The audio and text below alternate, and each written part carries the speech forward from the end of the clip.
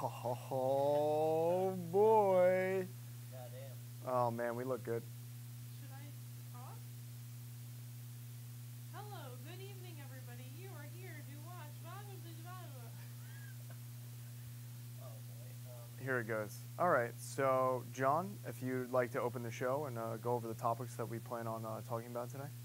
Oh, sure, sure. Good evening, viewers, and thanks for joining us today. We have a plethora of topics that we're going to be discussing. First, we'll start with the United States investigates seizure risks with e-cigarettes. Coming up is New York City MTA tax on anything over 60th Street. Under. Under. I think I wrote over, but sorry. Okay, okay. Next is Lori Lightfoot.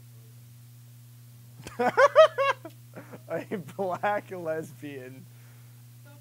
The first black lesbian in Chicago. First black lesbian mayor in Chicago. What's going on? Is that us? Oh, something's playing from here, I think. That's what it is. It's coming from there. Oh. I was like, are there people in the building? All right. Anyway, that was weird. Anyway, continue with the topics, please. Oh, sure. So, following that is the New Brunswick food delivery who was robbed not once, but twice in the same district. Following is the Boeing story on the Ethiopian air flight that went down last month. And concluding with the top 5 is the firefighter to fight over 1,200 acres on the Army military base. God. Good topics. Good topics. Jordan, what can you tell us about the seizure risk with the e-cigarettes? So basically, doctors have found and conducted a whole bunch of medical testing and research to find that a lot of seizures, kind of convolutions, and other sort of behaviors are happening more frequent in e-cigarette users. That being said, it's also an increase of hyperactivity in the brain, which then causes blood pressure to slightly increase and kind of causing, obviously, a lot of conditions that have to do with blood pressure and an increase in blood pressure, or whether it's hyperactivity of the brain, and it's kind of causing these seizures that apparently, according to medical records, they are not leaving with permanent injury, but they are definitely something that causes some sort of injury over time. Why are you laughing? It's not funny. It's fucking sad, dude. It's goddamn sad. Okay. Indeed, it's a very sad topic indeed, Jordan. Thank you for raising awareness on that for our viewers. The next thing I'd like to discuss is the New York City MTA tax on the car driving on anything over 60th Street. Well, first off, it's under. And I would like actually you to enlighten us a little bit about that, John. Well, it looks like that this tax is going to be applied to any and all New Jersey-based motorists that are entering the city, including workers, visitors, vacationers. Anyone who has any interest or desire to drive into the beautiful city of Manhattan is going to be slapped with a hefty fine.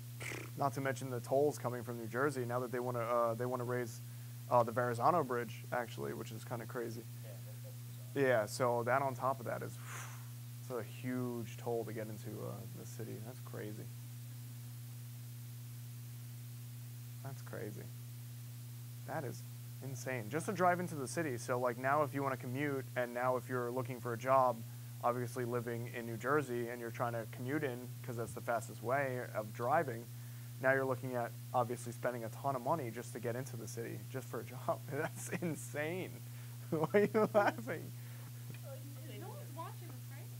Maybe Mike is watching. I'm not sure, but it is live on 2 channels, but there's no followers and no viewers at all. So if Why are you came laughing? across this, it would just be It would bizarre. be strange. Yeah. So why are you laughing? Because you were cleaning your eyes. Sorry. Sorry, I'm trying to like tell you guys about the story, but No, actually, I appreciate it because I knew nothing about that story. you That's guys are why. just looking at me like, what are you trying to tell me about the story? Okay. Anyway, next topic. So the next topic in discussion, Jordan, is the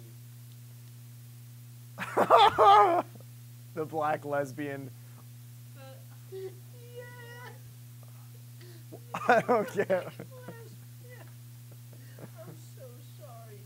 But She's it- black and she's a dyke. What's a big deal about that? It's unprecedented. Especially in a place like Chicago. You know, like of all places to be, Chicago is like the capital city of murder. And it's just like, to set a statement like that is just like, what are you trying to do, Chicago? Like, what? No, I tell me if it's a bad idea. no, I don't think it's a bad idea, but I think if you really want to take reign of that city, maybe bring in a black activist or somebody that has a little bit more power within that ability to make a change. I feel like there's just so much going on there. So gang members should rule the gang members. No, I don't think gang members should rule the gang members. I think that bringing in a black lesbian is just going to make it a laughing stock and people aren't going to give a fuck. If anything, people are just going to sit there and make it more of a mockery than it already is. That's what I think. I mean, I don't know. I'm not trying to be weird. I'm not trying to be racist. I just think that in order to kind of help prevent more killings and more homicide rates, that maybe there should be some sort of military action. Sure. So thank you, Jordan. Moving on to our next discussion is the. Can you rest in the box?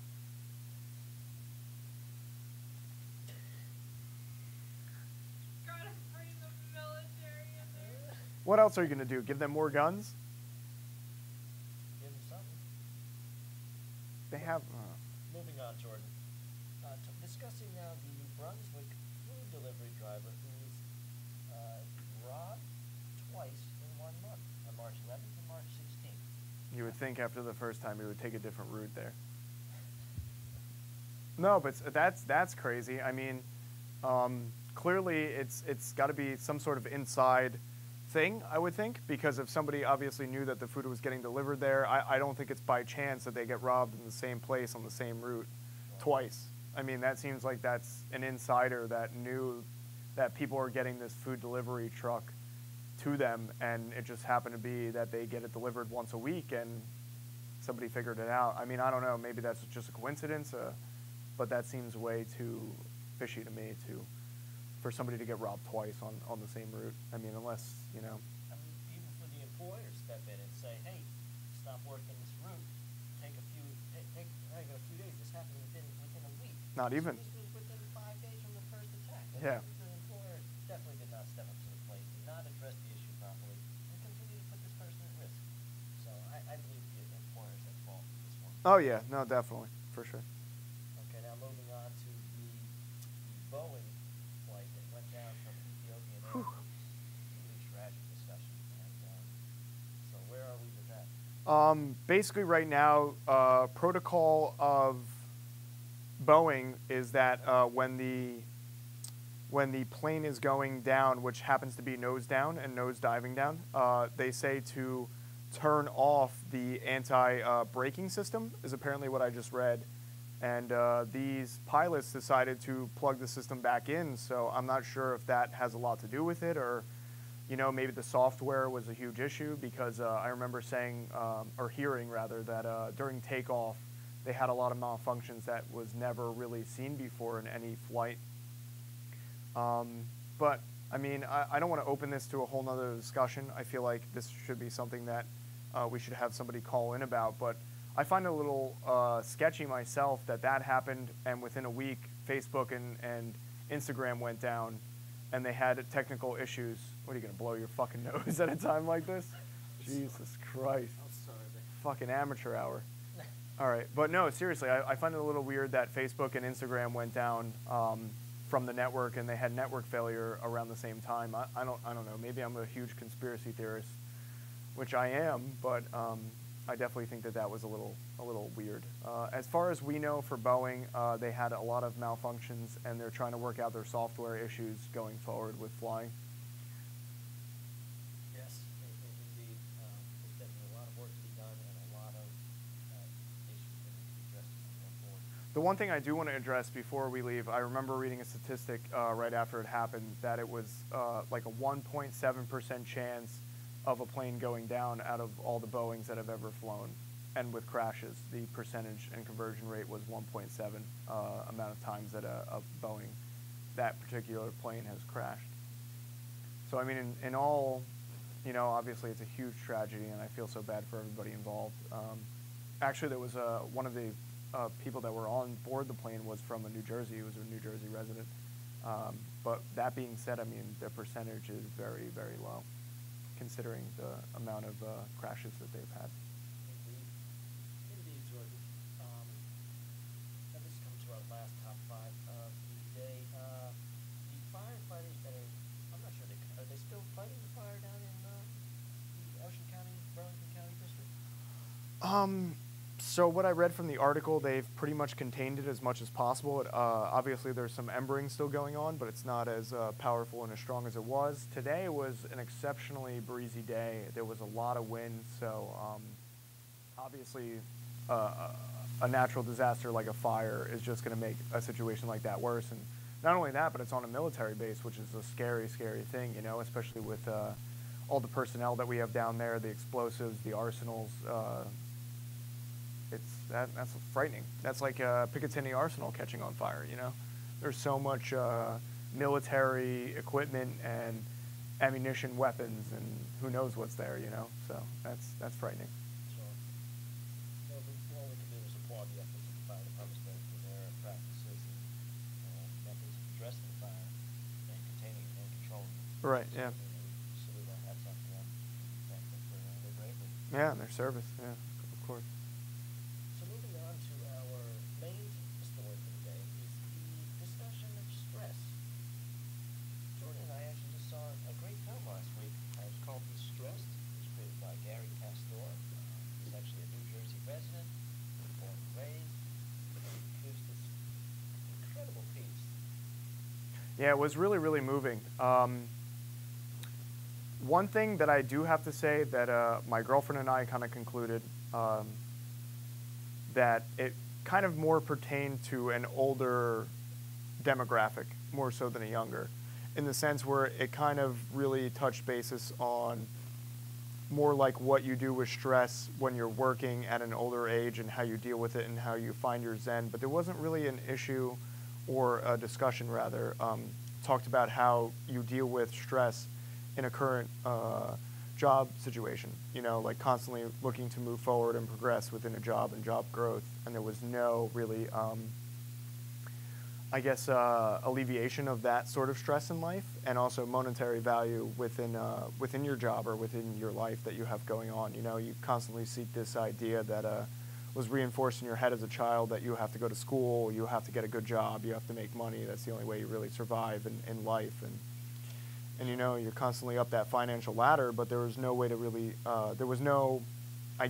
way to cope with that stress. Like, how do you deal with the stress of eventually not really making enough money to make ends meet, or, to provide for a potential family or whatever that might be. And I was just wondering what your topic or what your thoughts are on the whole idea. As Gary presented the film, he told it the story of his own shoes. So Gary he has a unique lifestyle that doesn't fit the 9-to-5 lifestyle. Gary's a full-time filmmaker, meaning he gets to self-employed, he builds his own schedule, so he has the freedom and luxury to travel at will and take an unimaginable amount of time from his life. And free break, free will, free will, free spirit. So he had that luxury to go out and do this and sort of discover his inner self in this time away from his normal lifestyle. So look into himself and find out what was really bothering him and stressing. He did that by speaking to individuals throughout the country who were going through stress from all walks of life, from the poor to well-to-do, people who had their whole monetary systems reshifted due to unforeseeable circumstances. The weather with Hurricane Sandy, Yeah. and other tornadoes in the Midwest. So I feel that it was more of an individualistic approach to that film, and Yeah. so that's where it was a little lacking. Because as it doesn't address the typical 9-to-5, which is pretty much the backbone of America. I mean, that's Everybody. Yeah. That's a lot of people. Yeah. I mean, I think you hit the nail on the head right there. I mean, it was kind of more more prioritized towards his lifestyle and not everybody else in the world, you know? And I think that there are ways to kind of deal with stress and to kind of deal with current financial situations and obviously nerves and whatnot that goes into it. But I think that there needs to be a better system, whether it's, you know, like therapy or something that can get a whole group of people involved and kind of talk about it and get your anger out there, and it's not bottled up frustration over time, because I think that doesn't really help anybody. And a lot of us, you know, we complain and complain and complain, and a lot of people don't want to hear it over time, you know, our significant others or whoever we tell. It's the same story over and over again, and I feel like, you know, maybe there's a bigger forum or some sort of way that we can all get together and kind of get our ideas out, and at least if it does nothing for your situation, at least you're able to vent about it and kind of get it out in the air without consistently bothering and being, you know, a burden to somebody talking about it over and over. The residents I know in some of the European countries, they're allowed, the typical 9 to 5 employees, Monday through Friday, they're given, I think, well over a month of time off, vacation. Yeah. Their work days are a lot shorter. I think they have 3-day weekends. I think the work days start later, they end earlier. I mean, they have a much more life-focused lifestyle, more than here in America, where it's a very work-focused lifestyle. And I think that there's a clear separation of the people, their levels of happiness. There's been studies conducted. The levels of happiness in these European countries are much higher than ever here in America. And I think Americans could learn from how these other countries operate. Oh, of course. And then I read something that most standard European countries have an hour-long lunch break. Like, it's mandatory for an hour long, which I think is great. I mean, because, you know, obviously I work in a kind of job where I only get paid for 15 minutes of my lunch, and I'm there for 9 hours every day. So for me, it's like constantly playing beat the clock. Like, hey, do I want to spend 40 minutes today and only get paid for 15 of it? Or do I want to be like, hey, I'm going to make lunch like very short and only work or only spend a half an hour and then go back in? And that's very stressful. Not only the fact of that, but bring it back to like countries like Japan, where the work hours are just so bad that literally they have such high suicide rates. Like, you think about a country like that that's based solely on work. Their performance in life is all work-based. And they're working like 14-hour days consistently. They never see their wives. They come home, they're always tired. It's a very high suicide and homicide rate because of the fact that they're constantly working. So, I mean, there's so many different aspects in the world, from Europe, where they have, like you said, a shorter schedule, later hours going in, earlier time coming out. And then you have like a Japan where it's 14-hour work days and you're barely seeing your significant others in your family. And then you have America, which is just, let's take both concepts and mash it together. You know, it's just crazy. Definitely a lot to be learned about.